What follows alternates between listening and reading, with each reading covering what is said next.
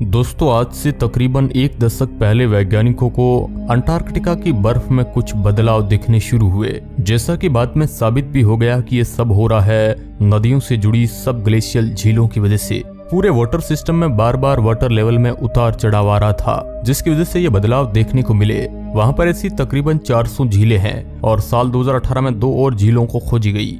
NASA के आईसेट 2 satellite ने 2 isolated झीलों को खोजा, जिनका नाम उन्होंने कॉनवे और मर्सर रखा, जिनमें जिंदगी भी मौजूद हो सकती है और हो सकता है कि वे जिंदगी काफी अद्वितीय हो, क्योंकि वे बाकी झीलों से काफी अलग मौजूद है। तो वैज्ञानिक ये अंदाजा लगा रहे हैं कि उनमें मौजूद जिंदगी सैकड़ों हजारों सालों से पृथ्वी के बायोस्फीयर के संपर्क में नहीं आई है। नासा द्वारा Mercer lake research project launch किया गया था ताकि वे वहां मौजूद जिंदगी का अध्ययन कर सके। उन्होंने ये भी सोचा कि जुपिटर के बर्फीले चांदों पर मिशन करने से पहले उन्हें अंटार्कटिका की बर्फ पर आइस कोर ड्रिलिंग प्रक्रिया कर लेनी चाहिए। लेकिन ये खोजी गई जिंदगी आखिरकार कैसी हो सकती है? क्यों सैटर्न का चांद एक गाय के इंटेस्टाइन जैसा लगता है और हमारा कुछ बर्फ के नीचे छिपी जिंदगी से अनजान रहना ही क्यों बराबर होगा?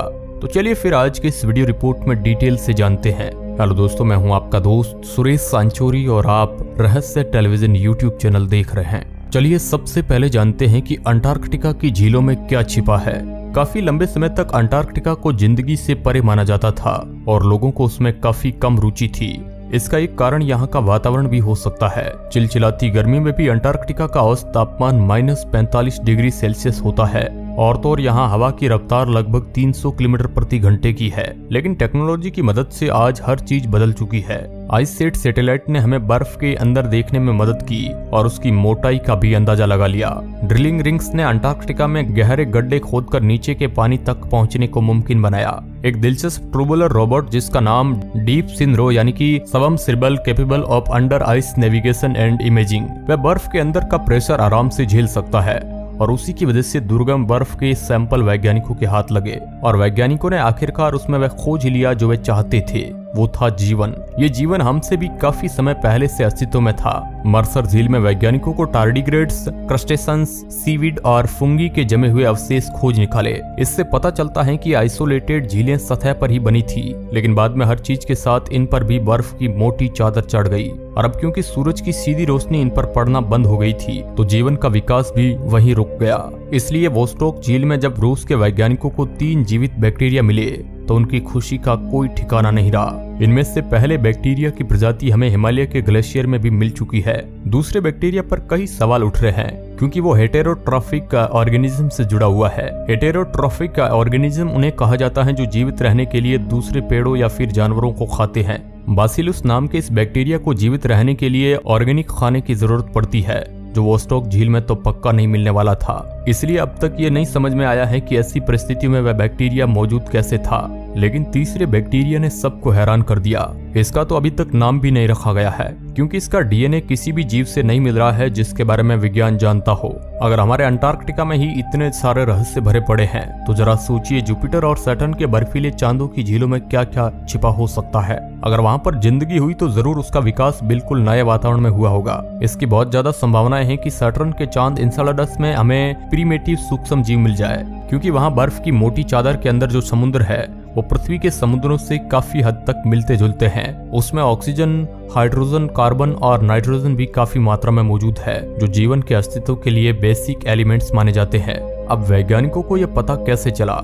तो दोस्तों, वैज्ञानिकों ने इन एलिमेंट्स का पता एन्सेलाडस के ग्लेशियर वाटर से लगाया। जी हाँ, एन्सेलाडस मून से गर्म खारे पानी के फव्वारे सतह से 200 किलोमीटर ऊपर तक उठते हैं और इस वजह से नासा के जाने माने इंटरप्लानेटरी स्पेसक्राफ्ट कैसिनी के लिए पानी के सैंपल इकट्ठा करने का काम काफी आसान हो गया।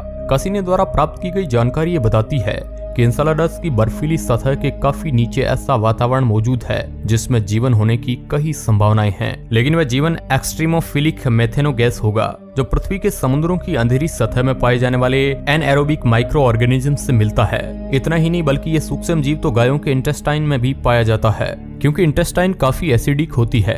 अब जब एसिडिक वातावरण की बात ही चल रही है तो ये भी जान लीजिए कि सैटर्न के दूसरे चांद यूरोपा की सब ग्लेशियल झीलों में जीवन की मौजूदगी लगभग नामुमकिन मानी जाती थी, क्योंकि वह काफी ज्यादा एसिडिक है। वहाँ के पानी में सल्फ्यूरिक एसिड की बहुत ज्यादा मात्रा है। लेकिन अभी जल्दी में ही नासा के वैज्ञानिकों ने बताया कि वहाँ के पानी का केमिकल कंपोजिशन धीरे धीरे बदल रहा है। क्योंकि धीरे धीरे उसमें क्लोराइड की मात्रा बढ़ रही है, जो कहीं ना कहीं हमारे लिए अच्छा है। कंपोजिशन में इस बदलाव का कारण यूरोपा के अंदर के समुद्री तल में चल रही ज्वालामुखी गतिविधियां हैं। इन्हीं ज्वालामुखियों से वहां पनप रही जिंदगी को आवश्यक गर्मी भी मिलती है। अगर ये प्रक्रिया इसी तरह होती रही तो पृथ्वी की तरह ही वहां पर भी रिफ्टिया कॉलोनीज, एके एनलिड वर्म्स, मॉलक्स और क्रस्टेशंस जीव विकसित हो जाएंगे। हम इतना यकीन से इसलिए कह सकते हैं क्योंकि पृथ्वी के समुद्री तल में भी जब ज्वालामुखी गतिविधियां होती थी तो वहां पर भी ये जीव पनपे थे। इसी तरह कैलिफोर्निया की मोनो झील में भी पीएच काफी ज्यादा है, लेकिन फिर भी वह कई अनसेलुलर और मल्टी सेलुलर जीवों का घर है। वहां पर क्रस्टेशंस और यहाँ तक कि मछलियों जैसी विकसित प्रजातियां भी रह रही है। हाँ, लेकिन एक ऐसा उपग्रह भी है जहाँ का पानी पृथ्वी के पानी से बिल्कुल अलग है। मैं बात कर रहा हूँ सैटर्न के सबसे प्रचलित चांद टाइटन की। जी हाँ, टाइटन पर मौजूद झीलें, नदियां और समुद्र बर्फ की किसी चादर के अंदर नहीं बल्कि सतह पर ही मौजूद है। उनमें से एक झील कैराकेन मेर का आकार 4 लाख किलोमीटर स्क्वायर है, जो पृथ्वी के कैस्पियन सी से भी बड़ा है। 1 लाख किलोमीटर स्क्वायर बड़ी लीजिया मेर पृथ्वी की किसी भी साफ पानी वाली झील से बड़ी है, लेकिन जीवन का होना काफी मुश्किल है क्योंकि ये झीलें पानी की नहीं बल्कि लिक्विड मीथेन से बनी है। लेकिन अभी भी वैज्ञानिकों को मीथेन की इन झीलों में जीवन मिलने की उम्मीद है। कुछ लोगों का मानना है कि जीवों के सबसे सिंपलेस्ट फॉर्म प्रीमेटिव बैक्टीरिया वहां पर धीरे धीरे फूड चेन की शुरुआत कर सकते हैं, क्योंकि कुछ सूक्ष्म जीव ऐसे होते हैं जो इनऑर्गेनिक सब्सटेंसेज को ऑक्सीडाइज कर ऑर्गेनिक सब्सटेंसेज की अलग अलग परतें बनाने में सक्षम होते हैं। इसमें एक अच्छी बात यह होगी कि बाकी कॉम्प्लेक्स जीवों के लिए खाने का इंतजाम हो जाएगा, जैसे ऑर्गेनिक सब्सटेंसेज से बनी परतें छोटी मछलियों को विकसित करने में मदद करेगी और धीरे धीरे ये छोटी मछलियां विकसित होते होते बड़े प्रेडाटोर्स में बदल जाएगी। ये प्रेडाटोर्स काफी हद तक पृथ्वी की शार्क मछलियों की तरह होंगे। यूनिवर्सिटी ऑफ कैलिफोर्निया डेविस की एंथ्रोपोलॉजी की एक परिशोधित प्रोफेसर सरहा बल्फर हार्डी का मानना है कि ऐसी परिस्थितियों में विकसित कोई भी जीव पृथ्वी के हाथियों की तरह सोशल, इंटेलिजेंट और कम्युनिकेटिव हो सकता है।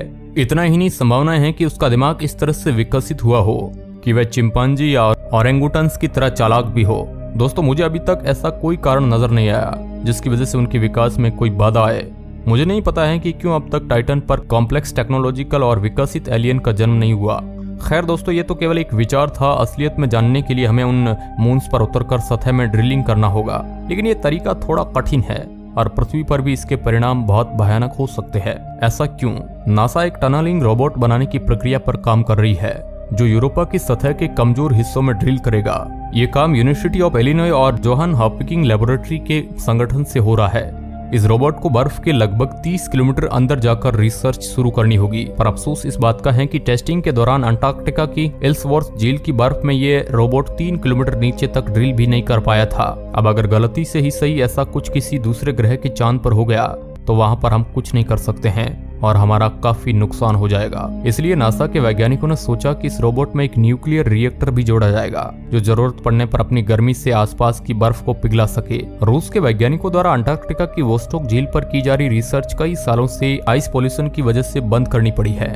इसमें एक और खतरा है कि अगर अंटार्कटिका के नीचे मौजूद पानी में गलती से ही कोई अनवांटेड वेस्टेज यानी कि रेडियो एक्टिव माइक्रोब्स पहुंच गया तो उसके परिणाम बहुत भयानक होंगे। और वही टाइटन पर तो खतरा और भी ज्यादा है, क्योंकि वहां पर हमें अपने यंत्र लिक्विड मेथेन से पास कराने हैं। इसलिए अब नासा एक ऑटोनॉमस सबमरीन की तैयारी कर रहा है जो कैरक्रेन मेयर झील में उतरकर वहां के केमिकल कंपोजिशन और किसी भी प्रकार के जीवन की जानकारी तुरंत हमें पृथ्वी पर देगा। ये तरीका कंपास लैब के वैज्ञानिकों द्वारा सुझाया गया है जो अब नासा के साथ काम कर रहे हैं। हमारे वैज्ञानिकों के पास और भी दिलचस्प आइडियाज है, जैसे ऐसी किसी सबमरीन मिशन के पूरे होने के बाद टाइटन पर सैंपल रिटर्न मिशन करना। ऐसे नाम वाले किसी मिशन की जानकारी अब तक तो नहीं दी गई है, लेकिन हमने केवल समझाने के लिए ऐसा नाम रख दिया है।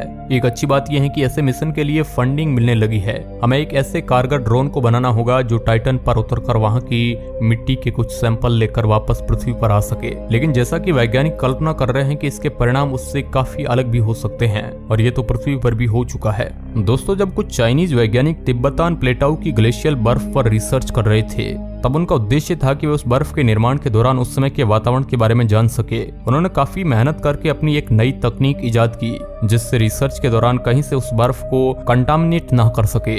कंटामिनेट का मतलब होता है किसी साफ और शुद्ध जगह पर कोई गंदगी या बैक्टीरिया फैला देना जिससे वह पूरी जगह नष्ट हो जाए। वैज्ञानिकों ने यह काम बहुत सफाई से किया और साल 2015 में उन्होंने सफलतापूर्वक बर्फ के सैंपल भी हासिल कर लिए। उस बर्फ की उम्र 15,000 साल बताई गई और इतने लंबे समय से उसमें वायरसेज दबे हुए हैं। उन वायरसेज की 33 प्रजातियां पाई गई, जिनमें से केवल 4 के बारे में हमें पता है। वैज्ञानिकों ने बताया कि यह केवल इतने समय से इतनी खराब परिस्थितियों में जीवित ही नहीं थे, बल्कि आज भी इनमें इंसानी सेल्स को नष्ट करने की ताकत है। उन्होंने काफी सावधानी बरती ताकि वह वायरस लैब से बाहर न जाए। लेकिन क्या अब भी आपको लगता है कि इन सब के बाद किसी दूसरे ग्रह के चांद से सैंपल लाना कोई आसान काम होगा?